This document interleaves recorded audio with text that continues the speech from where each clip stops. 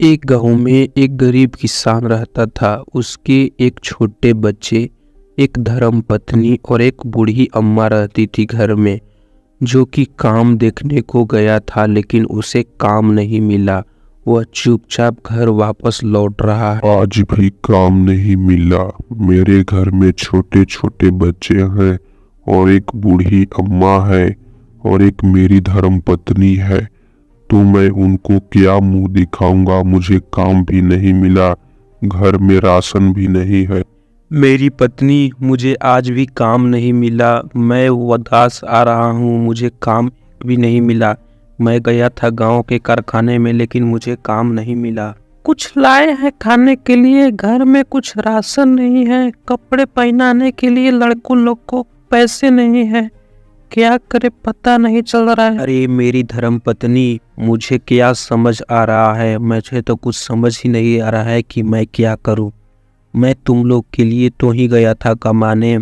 3-3 गो घर में हैं लेकिन खाने के लिए कुछ नहीं है, इसीलिए तो मुझे कुछ समझ नहीं आ रहा है कि मैं क्या करूं। अब मुझे लगता है कि दूसरा काम देखना पड़ेगा। अरे पापा, मेरे लिए भी कुछ लेके आए हो क्या? मिठाई मुझे दे दो खाने के लिए।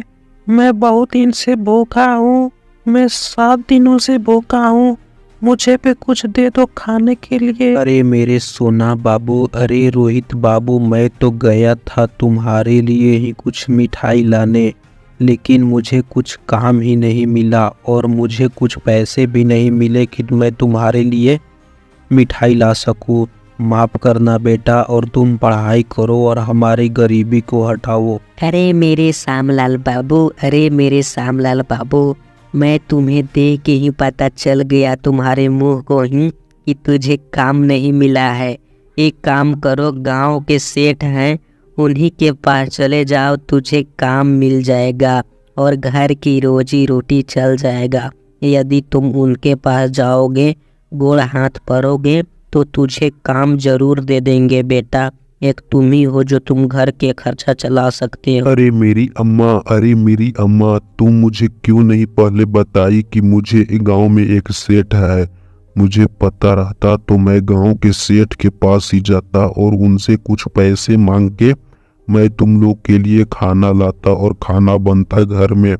मैं जरूर जाऊंगा माँ, कल कुछ सेठ के पास और पैसे कमाने के लिए बात करूंगा। और श्यामलाल धीरे धीरे सेठ की खोज में निकल पड़ा गांव की ओर।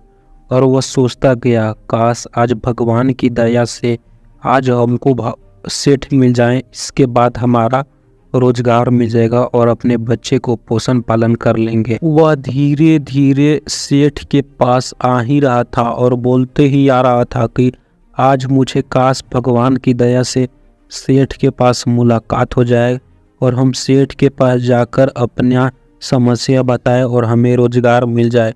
तभी वहाँ पे उसको सेठ मिल जाता है। अभी वो सेठ को बोलता है, अरे सेठ चाचा, मेरे परिवार में मेरे एक छोटा बच्चा है और मेरी माँ और मेरी पत्नी है। प्लीज मुझे अपने साथ रोजगार दे दे, मैं भी कुछ कमा के अपने घर का पालन पोषण करूंगा। अरे बाबू, ये पहले तुम कहते तो मैं तुम्हें रोजगार दे देता।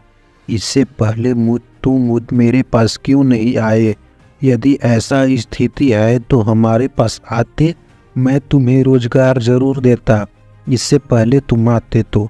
चलो ठीक है बाबू, कल से काम पर आ जाना, मैं तुम्हें काम दूंगा। बहुत धन्यवाद चाचा, बहुत बहुत धन्यवाद, मुझे काम दिया। सेठ चाचा, मैं आपका जीवन भर आभारी रहूंगा। मेरे छोटे छोटे बच्चे बहुत भूखे थे और आपने उनकी बात सुन ली, बहुत बहुत धन्यवाद। और वह सेठ साहब को धन्यवाद देकर खुशी खुशी अपने घर की ओर जाते हुए बोलते गया कि वाह, मुझे रोजगार मिल गया और मैं अपने बेटे, मम्मी और पत्नी का पालन पोषण करूंगा और मैं खुशी से जीवन बिताऊंगा।